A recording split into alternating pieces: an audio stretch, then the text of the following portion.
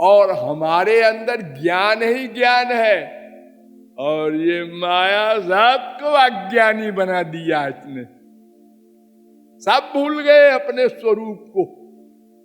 मैंने बताया था ना, आवरणात्मिका माया ने अपना स्वरूप भुलाया। मैं आत्मा हूं, भगवान का दास हूं, सब भूल गया अपने को शरीर मानकर। और नौकरानी जो माया जड़ थी उसमें आनंद ढूंढने लगा। भगवान कहते हैं रसो वैसा रसगम हेवायम लब्ध्वा नंदी भवति। उसको पाकर तुम आनंद युक्त बनोगे, आनंद नहीं बनोगे। इस शब्द पर ध्यान दो, आनंदी भवत लिखा है वेद में, आनंदो भवत नहीं लिखा है। तुम आनंद बन जाओगे, ब्रह्म बन जाओगे, ना ना ना। ब्रह्म के आनंद से युक्त हो जाओगे। यानी ब्रह्म नित्य है, तुम नित्य, ब्रह्म नित्य ज्ञानमय, तुम भी बन जाओगे नित्य ज्ञानमय। ब्रह्म नित्य आनंदमय, तुम भी बन जाओगे नित्य आनंदमय।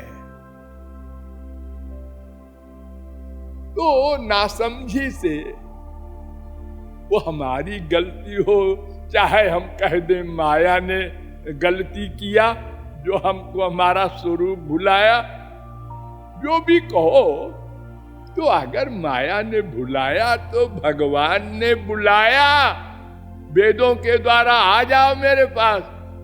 क्यों नहीं गए? माया का विश्वास किए बैठे हैं, भगवान का विश्वास नहीं है। वो कहते हैं अरे तुम वहां कहां जा रहे हो मेरे, मैं तेरे अंदर बैठा हूं, कहीं जाने की जरूरत नहीं है। अगर किसी मंदिर में जाने की शर्त होती, वृंदावन में, चारों धाम में, कहीं भी, तो पंगुले लोग कह देते हमारे तो पैर नहीं है महाराज, हमको फ्री में भगवत प्राप्ति कराई जाए। अगर आंख कंपलसरी होती तो सारे सूरदास हड़ताल कर देते, महाराज हमारे तो आंखें ही नहीं दी आपने, तो हमको तो फ्री में भगवत प्राप्ति कराई जाए, दर्शन दिया जाए। भगवान कहते नहीं, ये सब कुछ नहीं चाहिए हमको, तुम्हारा मन चाहिए। मन को शरणागत कर दो और मुझको तुम बाहर किसी मूर्ति में कल्पना करते हो।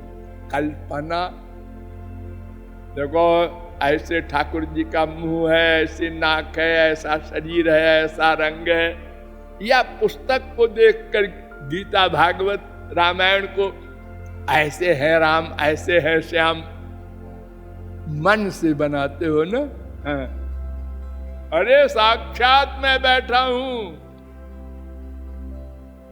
उर प्रेरक रघुवंश विभूषण, वो सबके अंदर बैठे हैं।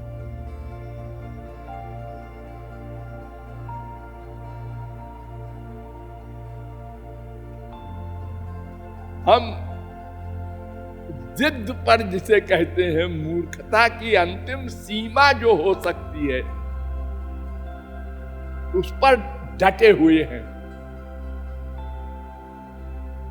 और जब कभी किसी की सद्बुद्धि हुई और शास्त्रों वेदों में गया, या किसी संत के द्वारा समझने की चेष्टा की, तो उन्होंने बताया भाई देखो, उसको पाने के लिए कर्म ज्ञान भक्ति तीन ही मार्ग हो सकते हैं, क्योंकि सत चित आनंद के हम अंश हैं।